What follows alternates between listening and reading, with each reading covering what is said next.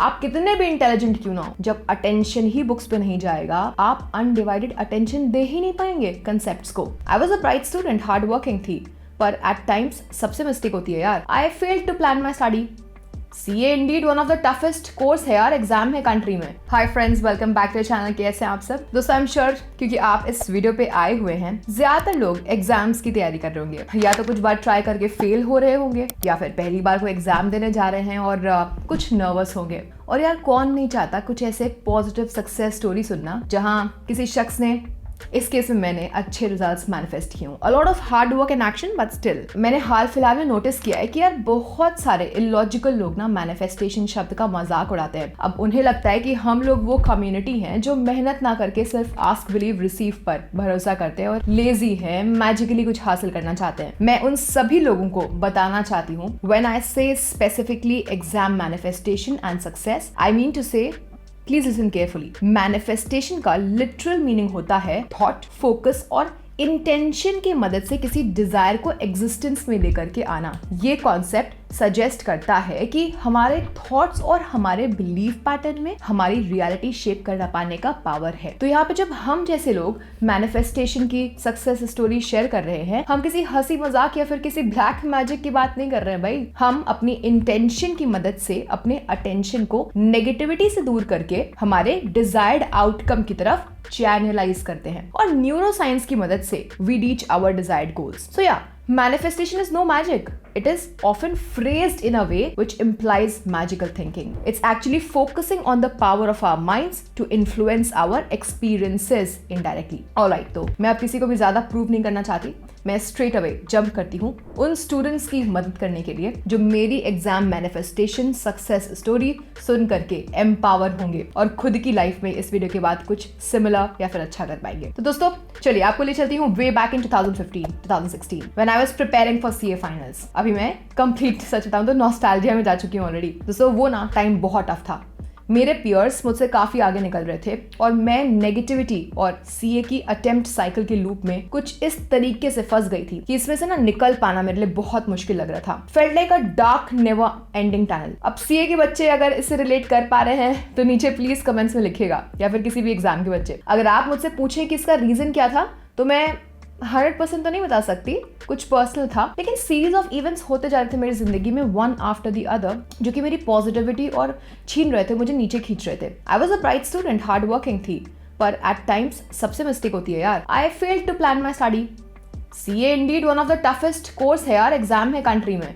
अब मीनवाइल कुछ और भी चीजें हो रही थी, ये फेल इन प्लानिंग हुआ। अब इसका क्यूमुलेटिव इफेक्ट कुछ ऐसा होता गया कि साल दर साल बीत रहे थे और मेरी कोई ग्रोथ नहीं हो रही थी, मैं आगे नहीं बढ़ पा रही थी। And that's when I was introduced to this concept of manifestation. And now you know that manifestation is not magic. वो एक वक्त था, जेन्युइनली बोलूंगी, जब मेरे पास कुछ भी नहीं था, नो मनी, हेल्थ खराब हो रही थी, मेंटल हेल्थ मोस्ट स्पेसिफिकली यार खराब हो रही थी।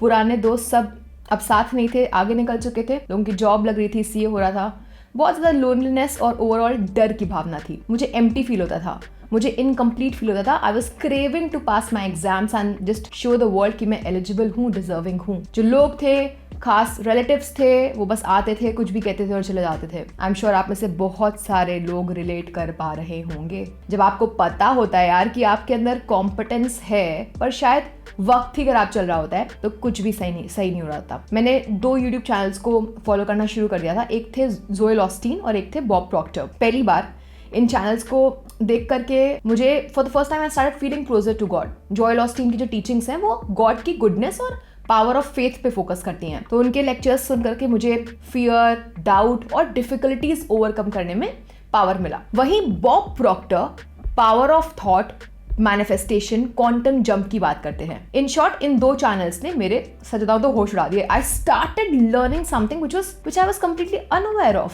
I did not know कि ऐसा भी कोई दुनिया एग्जिस्ट करता है। अब ऑफ कोर्स गॉड के इतने करीब में पहले नहीं थी, और ये मैनिफेस्टेशन तो बिल्कुल नहीं था, ये अनरियल था। मुझे कुछ साल लग गए, लेकिन शायद this was God's way to enlighten me. कहते हैं ना कि टूटे हुए कांच की दरारों से लाइट्स निकलती हैं, उसी तरीके से I was broken inside out, और अब था मेरा मोमेंट ऑफ एनलाइटनमेंट। अब आप सोच रहे होंगे कि यार इसमें एग्जाम मैनिफेस्टेशन कहाँ है, ये तो भैया रियल स्टोरी अब शुरू होती है। वीडियो थोड़ी लंबी है, पर ये कोई रैंडम एग्जाम सक्सेस स्टोरी नहीं है जो आपने देखी होगी। ये आप में फेथ भर देगा और आपके अंदर कुछ चेंज ले करके ही आएगा। आई रिमेंबर मैं हमेशा डर से भरी रहती थी यार कि मैं पिछले इतने अटेम्प्ट से फेल हो रही हूँ, आई एम श्योर आगे भी फेल हो जाऊंगी। पैटर्न होता है ना, नेगेटिविटी पैटर्न से निकलना चाहती थी यार मैं आपकी तरह, और फेथ की मदद से मैंने अपनी बुक्स में एफर्मेशन लिखना चालू किया। सुनो, आई रिमेंबर मैं इतनी डरी हुई होती थी कि जब भी मैं अकाउंट्स, फाइनेंस, लॉ किसी की बुक उठाती थी, सामने होती थी, जब भी मेरा मन वॉन्डर करता था ना इधर उधर, तो मैं उस पर हेल्प मी गॉड ऐसे कुछ फ्रेजेस लिखना, सेंटेंसेस लिखती थी। आई स्टार्टेड बिलीविंग इन उस टाइम आइडल हनुमान जी। कोई स्पेसिफिक नहीं है, इट वाज जस्ट मतलब I felt closer to Hanuman ji, क्योंकि हिंदू माइथोलॉजी में he is known to give power and help overcome fear, right. तो मैं अक्सर लिखा करती थी कि मुझे इस बार हिम्मत दीजिए। Also I remember I started chanting Hanuman Chalisa every single day before starting my studies every day. तो मेरे अंदर कुछ चेंजेस आने लग गए, मेरे अंदर कॉन्फिडेंस आने लग गया।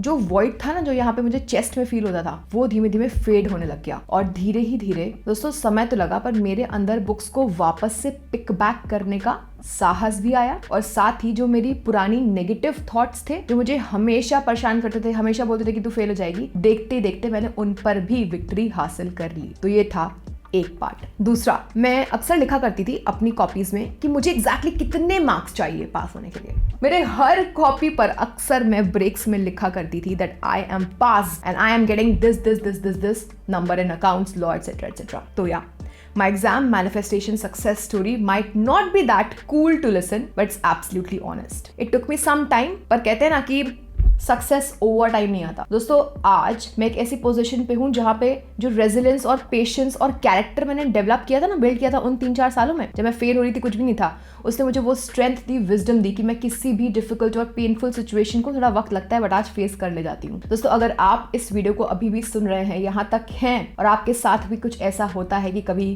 कोई ब्रेकअप हो गया या फिर you lose a loved one in between your exam, और something very bad happens in your family और टू यू, आपके फाइनेंसेस में, आपकी हेल्थ में, तो ध्यान पढ़ाई पे लगता ही नहीं यार, है ना। आप कितने भी इंटेलिजेंट क्यों ना हो, जब अटेंशन ही बुक्स पे नहीं जाएगा, आप अनडिवाइडेड अटेंशन दे ही नहीं पाएंगे कंसेप्ट्स को। आप पढ़ ही नहीं रहे होंगे उस वक्त, किताबें खुली होगी, तो उसमें पास और फेल की बात तो दूर की है ना, आप अपना 100% दे ही नहीं पा रहे हैं, शायद 50% या 30% भी नहीं दे पा रहे हैं। अब ऐसे मेरी मैनिफेस्टेशन सक्सेस स्टोरी यहाँ पे खत्म नहीं होती है। In these years I was learning manifestation. मैं तब भी फेल हो रही थी, टू बी ऑनेस्ट। हाँ, आपको लग रहा होगा कि मेरे अंदर कितना पेशेंस है भाई। टू बी ऑनेस्ट, मेरे अंदर बहुत पेशेंस था, क्योंकि मुझे पता था कि मैं एलिजिबल हूँ सीए एग्जाम्स क्लियर करने के लिए। ये बस एक वक्त है, या फिर मेरे जिंदगी के मॉन्स्टर्स हैं, जो मेरे थॉट्स हैं, मेरे जो हालात है, सर्कमस्टांसेस, जो मुझे पढ़ने ही नहीं दे रहे, फोकस करने ही नहीं दे रहे। इससे मैंने हार नहीं मानी। I was just waiting for the day I will start giving undivided attention to my studies. और मुझसे तगड़ा कॉन्सेप्ट कोई ना समझ सकता था।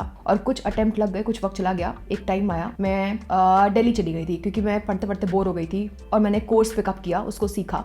मैंने फिर एक इन्वेस्टमेंट बुटीक फॉर्म में काम करना स्टार्ट कर दिया बिफोर क्लियरिंग सीए। अब वहाँ पे मेरा परफॉर्मेंस बहुत अच्छा था, मुझे बहुत अप्रिशिएट कर रहे थे वहाँ के जो प्रिंसिपल थे, और उस तरीके से मैं एक नेगेटिव लूप में से निकल गई। और तब मैंने डिसाइड किया कि अब मैं वापस जाऊंगी, अपना फाइनल अटेम्प्ट दूंगी, और मुझे पता था कि मैं पास होने वाली हूँ। कुछ अजीब हुआ, समझो।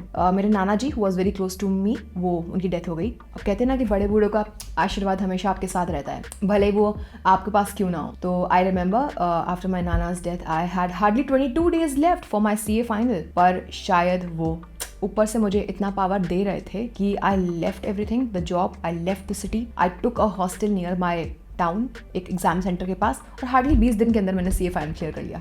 सोचो, उसके बाद जितनी भी चीज़ें मेरे करियर में हो रही हैं, सब कुछ इतना इंट्यूटिव है, ऐसे स्टेपिंग स्टोन्स हैं, ऐसा लग रहा है कि यार सब कनेक्टिंग डॉट था मेरे लिए। मुझे मेरी लाइफ पहले से प्रिपेयर कर रही थी। My life was not an ordinary one. I am not into a corporate 9 to 5. I don't, and गलत नहीं है, I have my business and I have a variety of work which I do. It requires a lot of persistence, decision making, hard work, and of course it rewards me like that. So guys, this was my exam manifestation success story. Connecting dots थे। मुझे पता है कि थोड़ी सी अलग थी, की points को लिख लो, ठीक है। मैंने आपको ये नहीं बताया कि मैं सुबह से शाम तक क्या एफर्मेशन लिखती थी, क्योंकि मैंने ऐसा कुछ किया ही नहीं था।